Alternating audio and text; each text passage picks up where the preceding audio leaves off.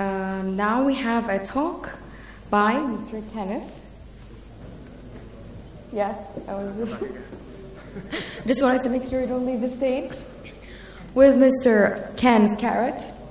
He's the managing partner for ICA GemLab Bangkok. Good morning again. I'm giving this presentation about Keshi with due deference to the previous president of the Pearl Commission, Elfrida. I apologize for bringing the word Keshi up. For many, many years during the CIBJO congresses and the Pearl Commissions of the CIBJO congresses, I was going in and out of the Pearl Commission, and at one point I think I was saying to Elfrida, if you mention Keshi again one more time, I am never coming back in. So this thing has been going on for a very long time. Everybody has a different opinion on this, or there's different stories that go around. So what I'm going to try to do in the few minutes I have right now is talk about that terminology. I'm going to be talking about the origins and the current usage of the term. So, natural pearls, and all these that you can see here on the right of the screen here are all natural pearls from a beautiful seed pearl necklace from the 1850s. Traditionally known as seed pearls, or in Japan by the quaint term, as I call it, it relates to poppy seeds and translates into the English Keshi. So, since ancient times in Japan, small pearls, and I won't keep saying less than 2 millimeters, they're just small pearls, were mainly used for medicine. Now, this is an interesting fact, and I have to thank my vice president of the Pearl Commission for this very interesting date that he managed to give me a month or two back. In 1883, the word Keshi officially appeared at the first fisheries exposition, where in the Mi prefecture exhibited tiny pearls as Keshi. Now, at the time, all those pearls were natural. So the original term Keshi is for small natural pearls of, let's say, less than 2 millimeters in size.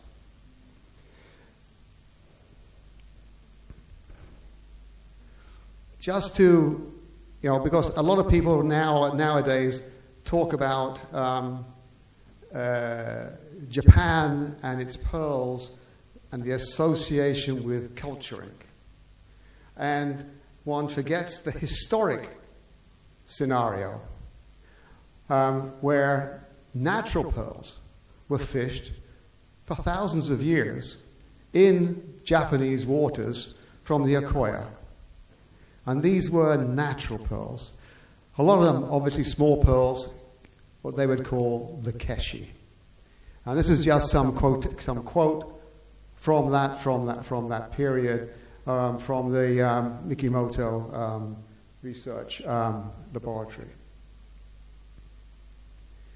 Just to re-emphasize that, these are the ladies that went diving for these pearls. Now, they didn't only go diving for pearls, they went diving for all sorts of different things. Fish, shell, for food. But at the same time, they dived for the Akoya to bring the natural pearls. And this is all prior to pearl culturing in Japan. And it really emphasizes the point that although we're very passionate here in Bahrain and the region about natural pearls, in those days, the Japanese were very passionate about their natural pearl product. And I think we have to give that acknowledgement when we're talking through this process. This is the necklace I was speaking of, seed pearls, set in Parus. These were very, very popular prior to the cultured pearls coming on the market. Sold in Europe and in the United States. I believe, if my memory serves me correctly, one of the presidents of the United States, I can't remember all the different names, it wasn't Trump, but one of the presidents, previous presidents in the United States, actually bought one of these Parus for his wife during the inauguration. So there's quite a history behind all this, and the term Keshi, as I said before, Keshi in Japan, in the US, in Europe, we talked about seed pearls. This is a very interesting example of seed pearl use. This is Queen Victoria, and here we have a dress of silk, lace, gold braid, and seed pearls. Can't see it very well in this picture, but in the next slide, there's another one from her collection, Queen Victoria's collection, where you see the bodice, and in the first picture here, you can't see it very well, but what I've done is I've brought it out a bit more. Oh dear. Okay. And you can see the seed pearls there sitting around the bodice. Of course, this is seed pearls to us in Europe and in the US, and they will be regarded as Keshi in Japan. Natural pearls. This is Queen Victoria's pink coral and seed pearl bracelet from the same period. So you can see how popular it was during that era.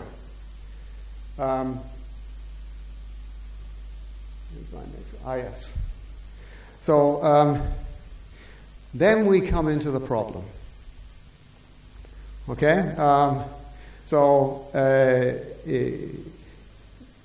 Then the wonderful technology of Mikimoto and his colleagues and so on in Japan in creating the cultured pearl. That is, with a piece of tissue and a bead that goes into the gonad to create a beaded cultured pearl.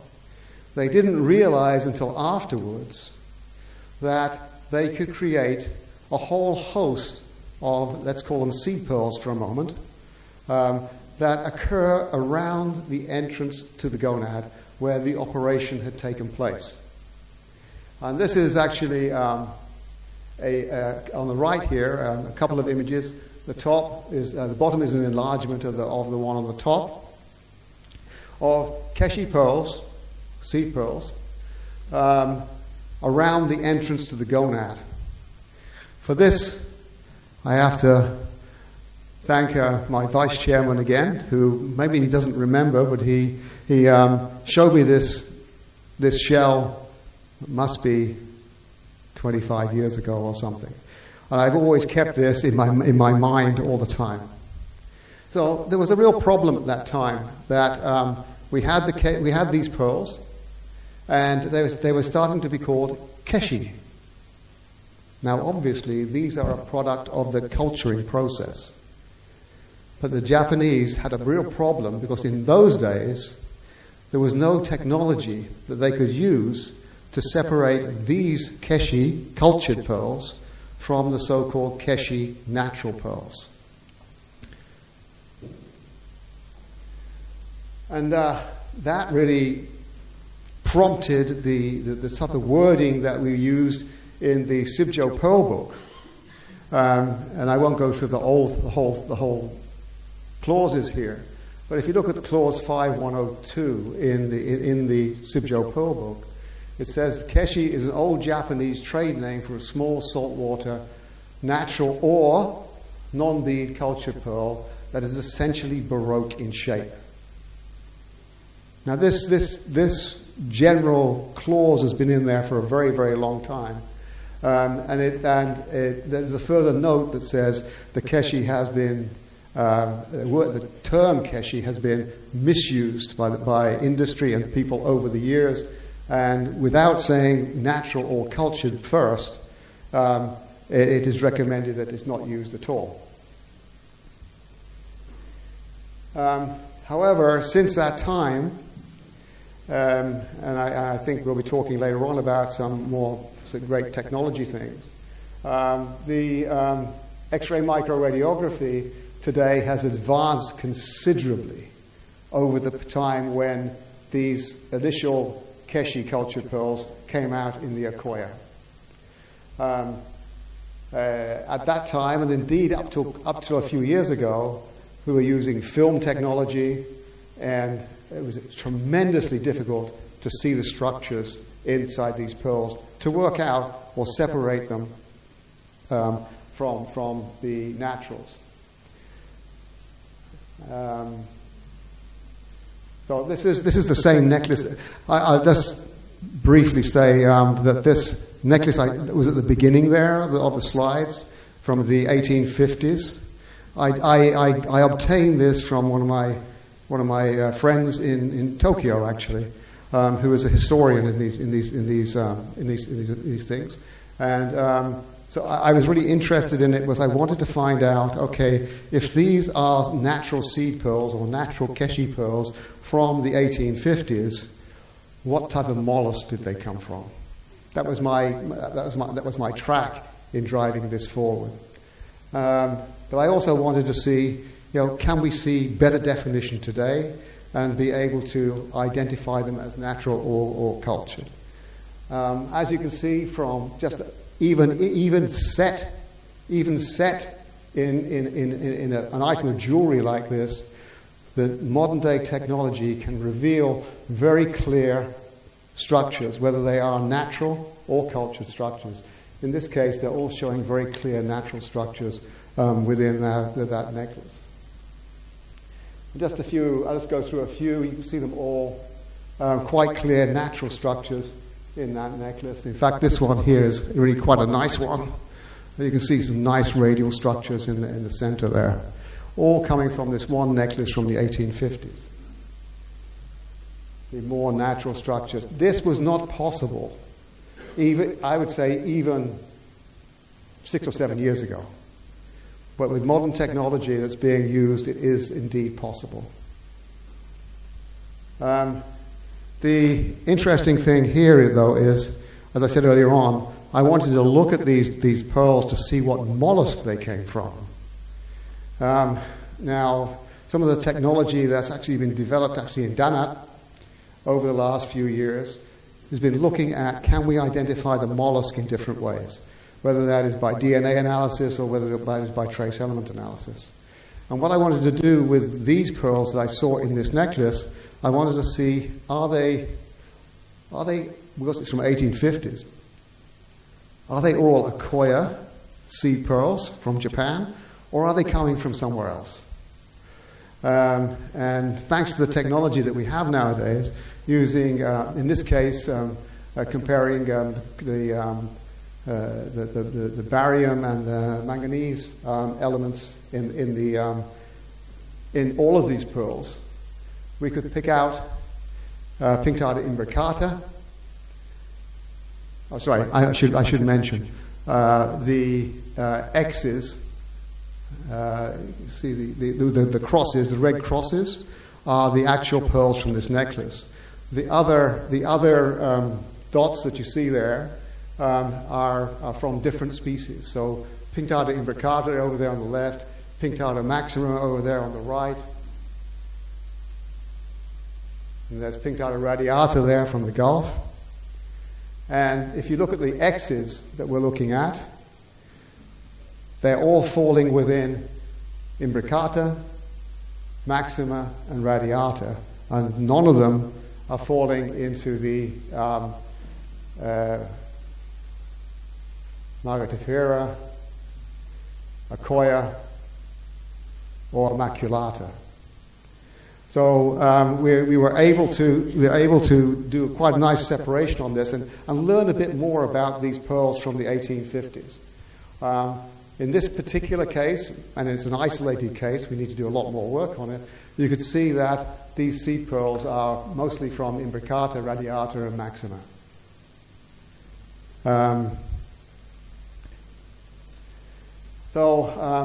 Where am I? Ah, yes. The question I had was, well, so okay, how many seed pearls are there on the market today?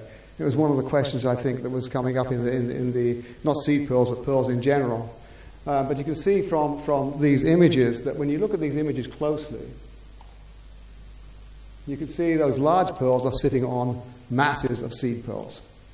So there are a lot of seed pearls on the market, or not on the market, but available today. And okay, I just want to. This is my final little thing here. What have I said here? Keshi terminology adopted and corrupted. I think that's probably a very truthful statement. It was adopted and corrupted from the Japanese.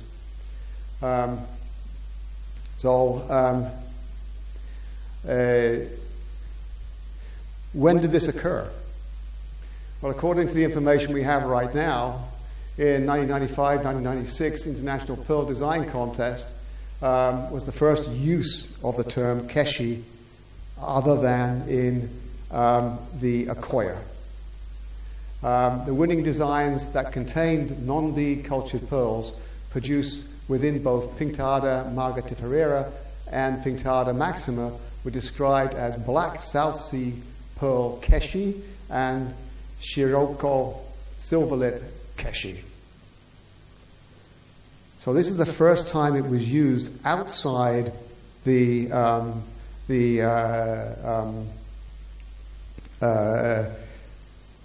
Akoya type seed pearl Keshi scenario. So and that didn't happen until 1995, 1996. And that was the beginning of it. And in Las Vegas Congress, the Italian delegate pointed out the misuse. Then the definition of Keshi was altered. The Bern Congress,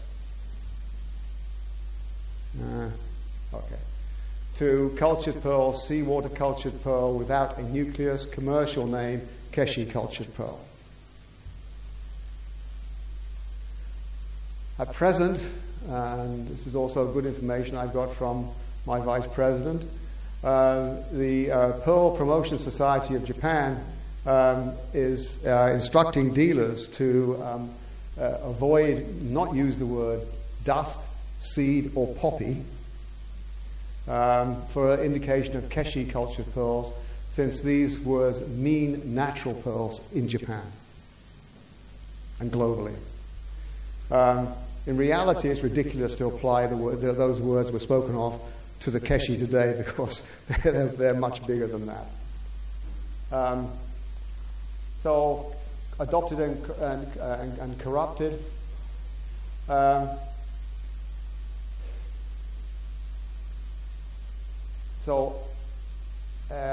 the Keshi cultured pearls produced in Pinctada maxima and margaritifera are larger than the traditional Keshi, they still occur in and close to the gonad. This is an important thing to realize. And these pearl oysters, they occur as a consequence of the culturing operation. They're close to the gonad, they're there because of the culturing operation. The image on the right here, I have to thank Nick, who published this a few years back.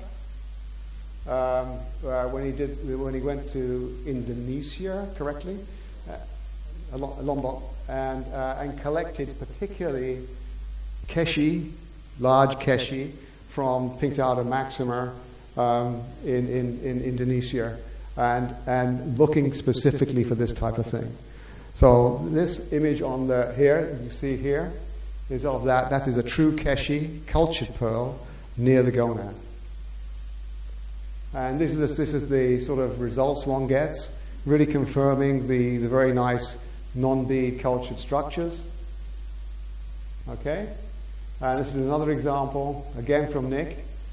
He did a wonderful job on this. The image on the left there shows you the position of the gonad relative to the adductor in Pinctada maxima and the non-bead cultured pearl. And on the right here are the radiographs of that particular pearl. Another example here. This photo was taken by Jeff Bergman on the same trip, and it also shows the Keshi in the gonad and the non-bead cultured structures on the right. So in conclusions, well, it's not quite the conclusion, but it's interim conclusion.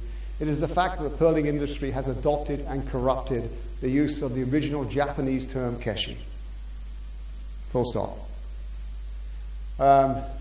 And by the way, I mean, this is not unusual in any language. People adopt words that are used before, change their meaning, or because they sound better or something. So this is what's happened here. So my thoughts on this are as follows. Saltwater natural pearls of less than 2 millimeters in size should be termed natural seed pearls when produced in naturally formed pearl sacs, regardless of the producing mollusk. So when we're talking natural, we should only be talking about seed pearls and not going anywhere near the term Keshi. Saltwater non-bead culture pearls of any size should be termed, optionally, the name of the producing mollusk, Keshi cultured pearls, when produced in and around the gonad of a culture pearl sacs, regardless of the producing mollusk. That's my solution to it. But it takes a lot more than a simple solution on the screen for the industry to actually understand that. So where in the pearl oyster do natural pearls occur or may be found? Within naturally formed pearl sacs. So if we look at this, I think I have the next slide. The cross section of a mollusk and the details of the adductor, the mantle, etc. You can see a natural mantle pearl right up there. It's way away from the gonad. It occurred naturally in a naturally formed pearl sac. No human intervention in terms of the formation of the pearl sac. That's another image of it. They're also found, and this is something that most people don't even realize. They're also found in the adductor muscle. Everyone talks about them being found in the mantle and so on and so forth, but what we have found in a number of trips now is they occur also, or at least they don't occur, we find them in the adductor muscle. They occur in the mantle lip, mantle hinge, and as blisters under the adductor muscle.